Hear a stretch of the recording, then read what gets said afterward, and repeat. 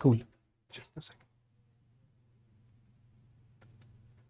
I think we are live and we are like doing the double streaming part. So I think we are live in both the streams.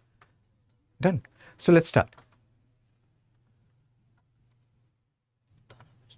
इसको cross कर देते हैं and this let's अरे रे उल्टा cross कर दिया.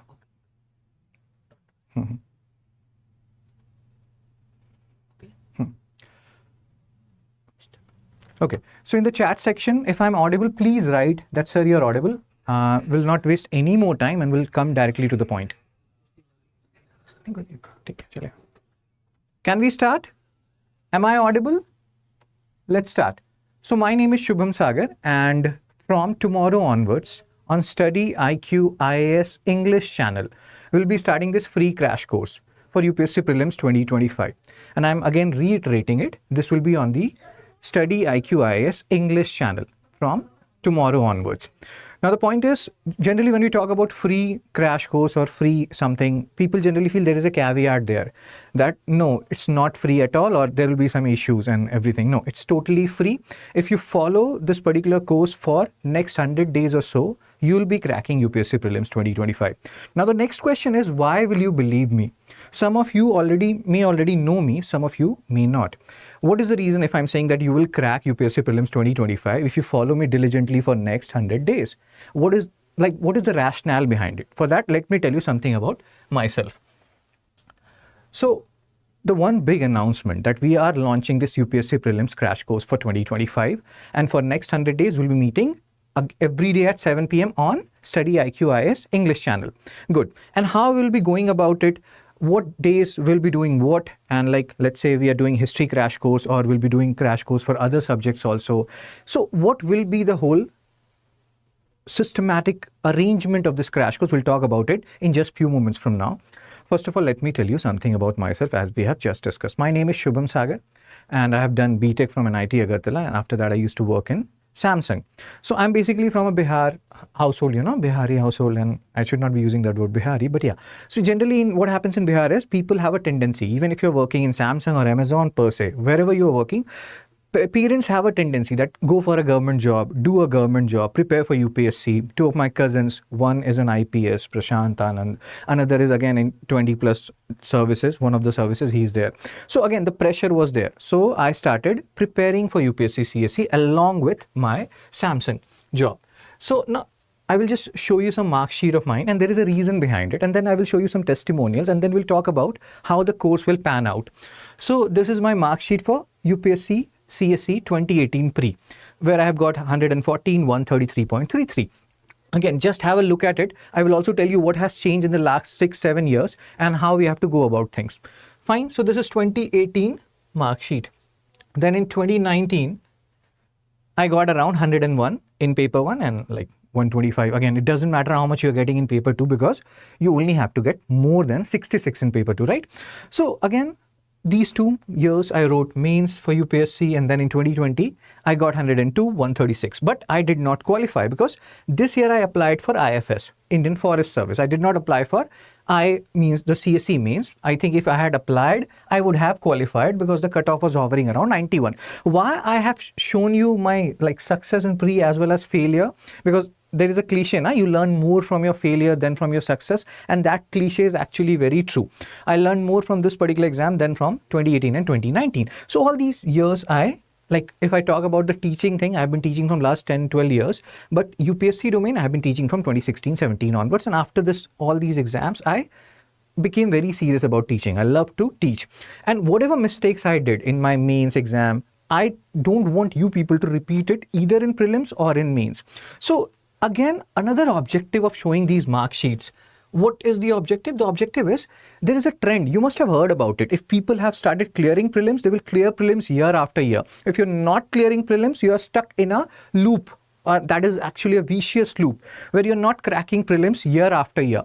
So again, that is a trend. You have to know the trend, how things pan out. And even now also, these things are applicable. So when we are having this crash course, we'll talk about the cheat codes. And not only cheat codes, smart studying, everybody talks about you have to do hard work, but sometimes you have to work smarter. What is the smart work? All these things we'll be talking about. Fine.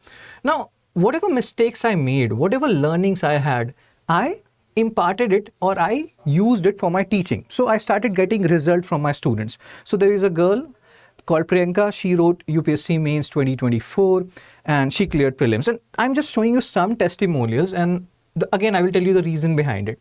Then there is a guy called Sabyasachi Rautre, his name is, and again he wrote UPSC Mains 2024. All of these people, they were part of my history crash course, which was earlier paid crash course, but this time it will be free. And not only history, we'll also be covering other subjects. We'll be covering polity, we'll be covering IR, and how we'll be covering or how we'll be going about it, that I'll be telling you in just few moments from now. So if you talk about, so this is Sabyasachi, you can just pause the video and you can read what he said. Just give me a second. Yeah.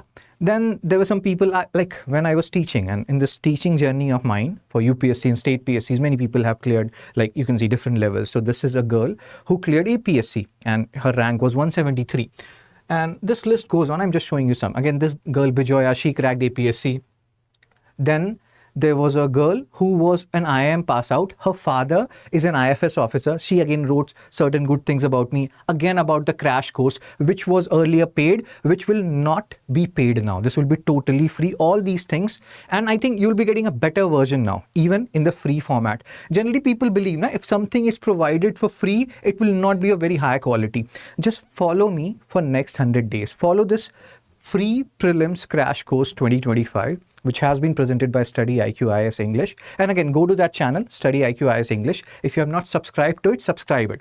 And meet me every day at 7 p.m. Like we'll be talking about it, how to go about things in a smarter manner. So again, she wrote certain things and I'm very thankful to her for that.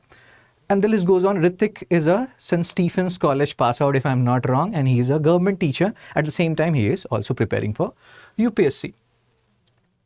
Again, there's a girl, this girl, and she's one of the, like she's around 21, 22, but she is one of the hardest working girl I have ever seen in my life. So again, I will not bore you with all these testimonials. You can just have a look at it. The basic objective is all these people who are thanking me, they are thanking me for a course which was totally paid. And now we at StudyIQ IS English, we are bringing you this whole course for free. But again, you have to be, like you have to follow certain things. What things you have to follow, we'll talk about it. So this is 100 days or so program, this whole prelims crash course, free prelims crash course program. What things I'll be covering? Many of you who know me, you know me as a history faculty and you can watch my videos on YouTube, etc. So will I be covering only history? See, when I scored more than 100 in, let's say 2018, 2019, or just give me a second. So when I scored 100 plus in 2018, 2019 and 2020, so it was not like only history was being asked in these 3 years, right?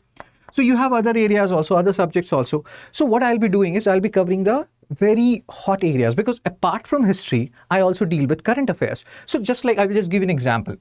So what we'll be doing, we'll be picking, let's say if we talk about international relation per se. So in international relation, earlier there was BRICS. And we were very confident that it is BRICS, so it has 5 countries. But now that is not the case. It has become, like currently in January 2025 only, Indonesia has joined, and now we have 10 countries in BRICS. So how will you remember these 10 countries? What is a mnemonic for it? Like BRICS was very easy.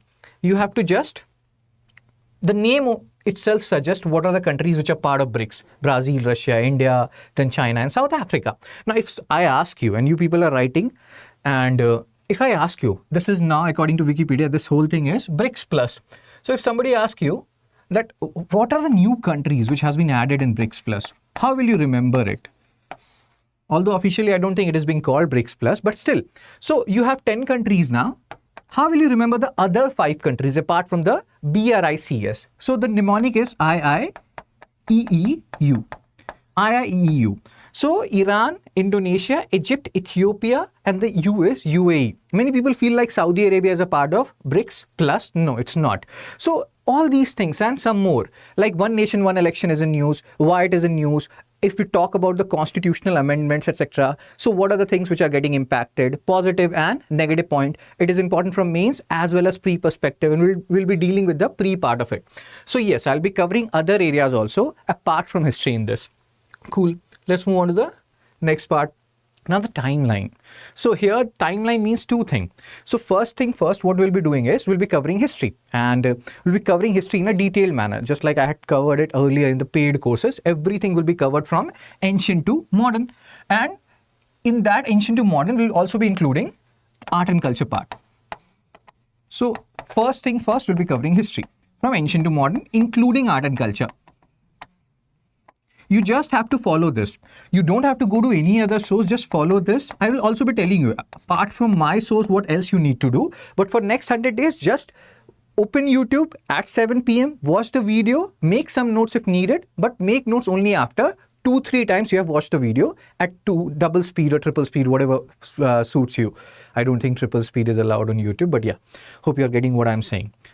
So ancient to modern will be covering in the first part, that is the history part, including art and culture. Here, when we are saying timeline, after history is done, we'll go into the other areas. Let's say IR and the polity part. What are the important areas from current perspective also, from static perspective also? What areas you need to focus more on? What areas continuously in news? Right. Here also, if we talk about history per se also, ancient to modern, here also there is a timeline, there is a chronology. And what is that chronology? You have to understand. Many people, I'm telling you, and even if I ask you right now, that tell me the chronology from ancient to modern. Like when did ancient start and when did ancient end? When did medieval start and when did medieval end? And when did modern start and when did modern end? So many of the people, they don't have an idea. Like I'm being very honest about it. Even when I was studying, and I was like of your age, so we used to mug up facts, we used to study acts, but we never try to understand the timeline part. We have to understand it. In that scenario, we don't need to mug up facts. So let me tell you certain things. And again, I will tell you the debate also, where there is a debate regarding the starting and the ending point rather. So let's say we are talking about ancient India. So here the timeline is Stone Age to 750 AD. And what is the source which we are referring here? That also we'll talk about. So Stone Age to 750 AD. Just a second. 750 AD. What is the source for this timeline? The source is Upinder Singh's Ancient and Early Medieval India. Stone Age to 750 AD. And who is Upinder Singh? She is Manmohan Singh's daughter. And who was Manmohan Singh? He was our ex-honorable PM. So, and Upinder Singh ma'am, she's a very famous Delhi University professor. So you can refer to her book. Very good book. But again, mainly history optional guys, they refer to that book. I'll be taking the extracts out of that particular book and I'll be telling you what to read. And you don't need to go specifically, but you can just have a Google review. You can just read about it on Google. So ancient India, Stone Age to 750 AD. Stone Age ages like Paleolithic, Mesolithic and Neolithic. Then if we talk about medieval India per se, so medieval India, it's divided into two parts. One is early medieval India and the second part is medieval India. So early medieval India, 750 AD to 1200 AD. 1200 AD. Many people also feel like this is ending at 1206 AD because if you talk about 1206 AD, Delhi Sultanate starts 750 AD to 1200 AD. And then medieval India starts from 1200 AD to 1757 AD. And 1757 AD is the time or is the year when Battle of Plassey happened. But again, there is a debate here. Many people feel like, no, medieval India did not end at this particular year, 1757 AD. Some believe that it ended at 1707 AD when Aurangzeb died. So there is a debate here. You don't need to go into that debate. Most of the historians now agree that, medieval India, we can say 1757 AD. And there is a historian called Jadunath Sarkar. He believes that after 1757 AD, like East India Company, they defeated Sirajuddaulah in Battle of Plassey and they got a stranglehold and they proved that they are here to stay. And because of all these reasons, modernity arrived in India. But again, all these things does not happen after a battle. This is a continuous gradual process. So you can say everybody is wrong or you can say everybody is correct, but we have to go by what these people are referring to. So this is the timeline which you have to keep in mind. Now, if you talk about modern India per se, so this is much easier now to deduce. Generally, people feel a little bit, exacerbated when we talk about the timeline of ancient India and medieval India. So if you talk about modern India now, So modern India is 1757 AD to 1947 AD. So when we are doing this particular crash course, we'll be starting with history, we'll be starting with ancient India, medieval India, which will be including the art and culture part, temple, Buddhism, Jainism, etc. And then we'll be moving into the modern India part. We'll also be including painting, dance, drama, all the things will be there. You just have to follow it diligently. And diligently is a very critical word here. Sometimes what happens now, and this I'm just telling you from my experience, people run after sources. Don't run after sources. Stick to any particular source. You have to have trust. Trust is important for anything and everything, right? Everything is built upon trust. So when you are studying from any, like you're studying from StudyIQ IAS, StudyIQ IAS English, or any other channel, you need to have trust. If you don't have trust, if you run after sources, then what will happen? You won't be able to remember facts. So stick to one source, trust that particular source. Let's say if I have scored more than 100 marks 3 years in a row, if many of my students are clearing UPSC prelims, I must have done something right. Many of my students must have done something right. It's not like I'm taking all their credits, but I'm just telling you that just trust one source. If you want to trust me and then stick with it and make notes and then follow it diligently. Fine. So once we are done with this ancient India, medieval India, modern India, art and culture part, then we'll move on to the hotshot areas of polity, IR and other portions. So this thing will take a little bit more time. I think around 40 days we'll be giving to this particular history because this is big and now lots of questions are being asked from unexplored areas, Sangam age, etc. UPSC is entering too deep into it. Once we are done with this, once we are done with the history part, then again, we will go into polity, IR, and I've just told you, like there are different organizations. We can take another example also. Let's say I tell you that there is an organization called ASEAN. How many countries are there in ASEAN? Many people may feel like they don't know how many countries are there in ASEAN. And even if you know, let's say you know that in ASEAN there are 10 countries. The second question will be, what are those 10 countries? I'm just talking about these mnemonics helps a lot. So that's why I'm focusing on mnemonics, but there are so many other things to focus on. So ASEAN 10 countries. How will you remember these 10 countries? So there is a mnemonic for it. What is the mnemonic? BPL TV mimics. So BPL TV mimics. And here every word stands for a country, or each letter rather stands for a country. So B is Brunei. P is Philippines. Fine. L is Laos. Hope you can see it. Then T is Thailand. V is Vietnam. Then M is Myanmar. Other M is Myanmar. Other M is Malaysia. Cool. And then I is Indonesia. C is Cambodia. Then S is Singapore. So this way we have to, like, this is just a basic thing we are just talking about here. Even let's say if we delineate or we break it down further in polity also, if you remember your main syllabus also, sometimes people feel like mains and prelims are separate. No, mains and prelims are not separate. You have to study them together.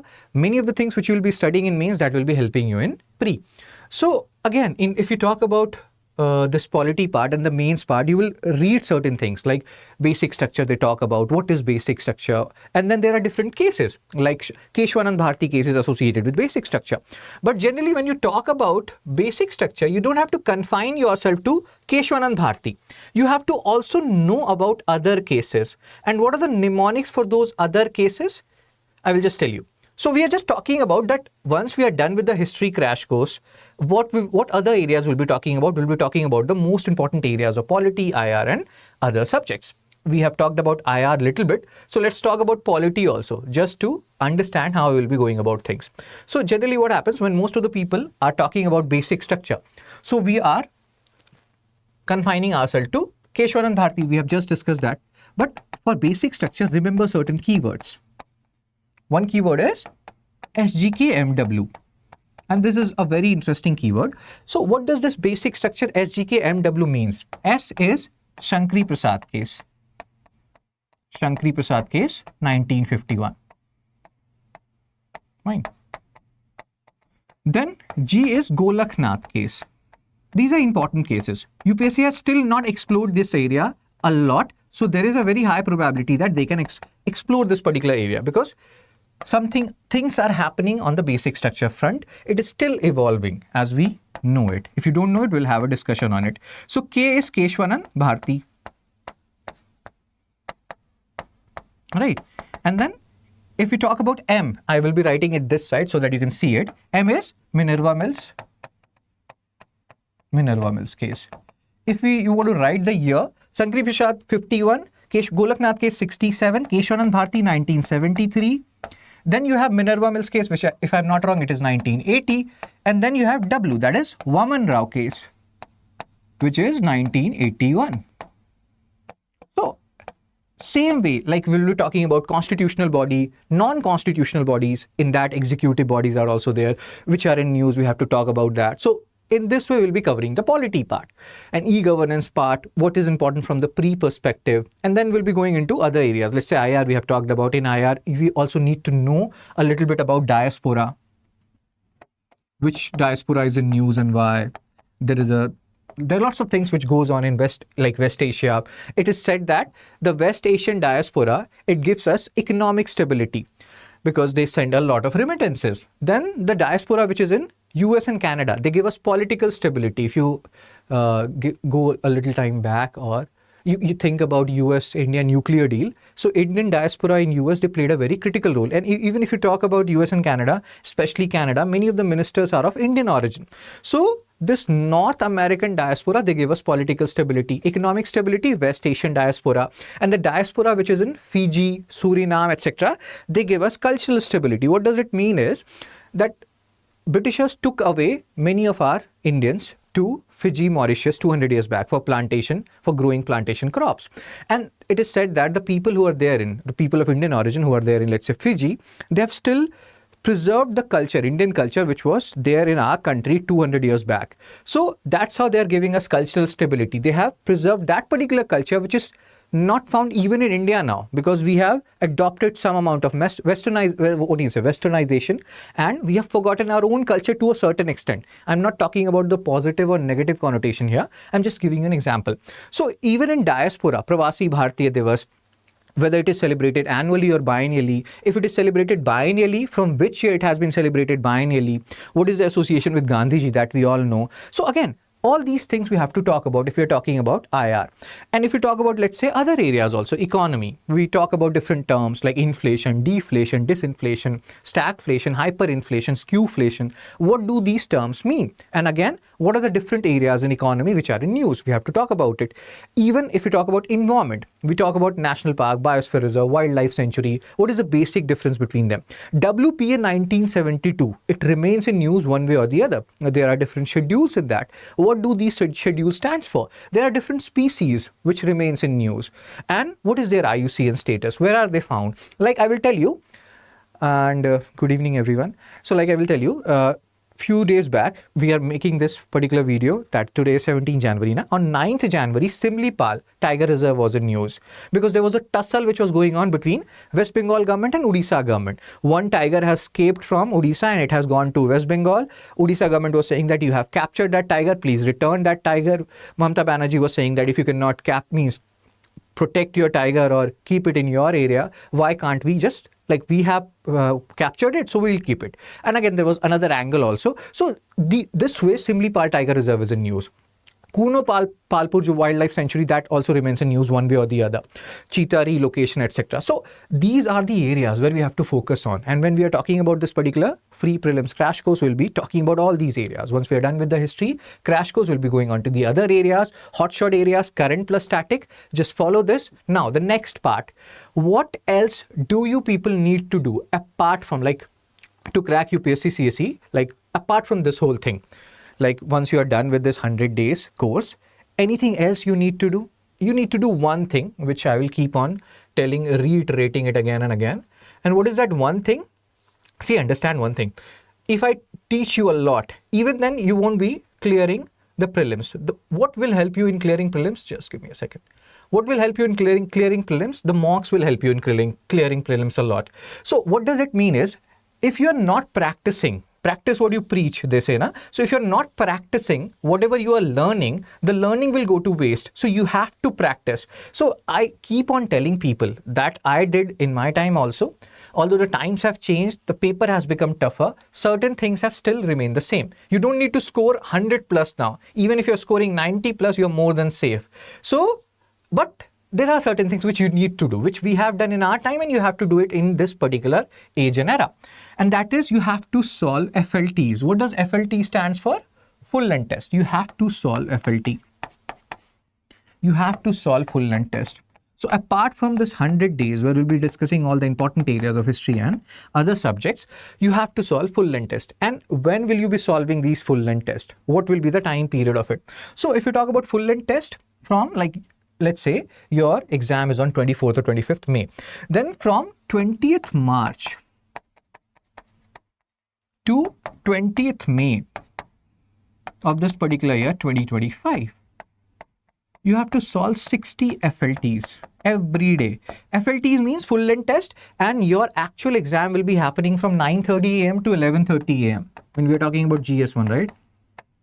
So you have to simulate that actual condition in your home. You have to also solve all your papers in that particular period only, 9:30 to 11:30 a.m. And if you want to give CSAT also, you can practice it from 2:30 to 4:30. But you don't need to devote that much time to CSAT. You don't need to solve CSAT every day until or unless you are flunking or you're not performing that well in CSAT. So 60 FLT is the bare minimum. You have to solve 60 FLT. Doesn't matter what other people are saying, just go with it. Just follow this program. Just revise your notes which you have earlier made and supplement it with whatever I'm telling you and give 60 FLT. Nobody is stopping you from cracking UPSC pre-2025. That's a guarantee from my side. And again, I'm here only. You are here only. So if that does not happen, you can always tell me certain things. So please, please, please do all these things, and that will help you a lot. That will help you a lot in so many different domains, and we can talk about it tomorrow also. From tomorrow we'll be starting, and we'll be starting from history. We'll be doing history in entirety, as we have just discussed multiple times now. Ancient, medieval, modern. Let's say tomorrow's class will be first lecture. So we'll be talking about sources in Stone Age. What are the different sources? What is historiography? What are archaeological sources? What is epigraphy? What is numismatics? And what are the limitations of it? What questions UPSC has already asked? What they can ask further? So all these things, and thereby we'll be continuing our discussion. And any doubts you have, you can discuss it, and we can even venture into other areas as well. So yes, these are the things which you have to do. These are the points which you have to keep in mind. And yes, you have to trust the source. Please understand this. This is very important. If you want to crack UPSC pre-2025, you have to trust the source. Whatever source you are following, follow it diligently, because the people who are telling you, let's say if I'm telling you certain things, I have done certain things, good or bad, anything, whatever you have done earlier, that makes you the person you are. And yes, I'm assuring you, if you follow this, you will clear UPSC pre-2025, as had other students in the past. And let's hope you, we'll meet tomorrow at 7 p.m. and we'll continue our discussion further. So again, one more thing, we'll be doing all these things and you have to follow this. Don't forget your old notes. Sometimes what happens now, and I've seen many people who are writing mains for, let's say, UPSC or state PSC. Once they have written mains, they have not got the interview call. They discard their whole notes and everything, that no, I will start from scratch. Don't do that. Always keep your notes. Whatever notes you have done earlier, you can always minimize your notes, but don't throw away your notes in frustration or disgust that I have not cleared this time, so I'm just throwing it away. Don't do that. That will not help. Trust the source, trust me, and be with me for next 100 days. And I'll see you tomorrow at 7 p.m. on StudyIQ IS English channel. So that's it. Take care. Be blessed. Tata.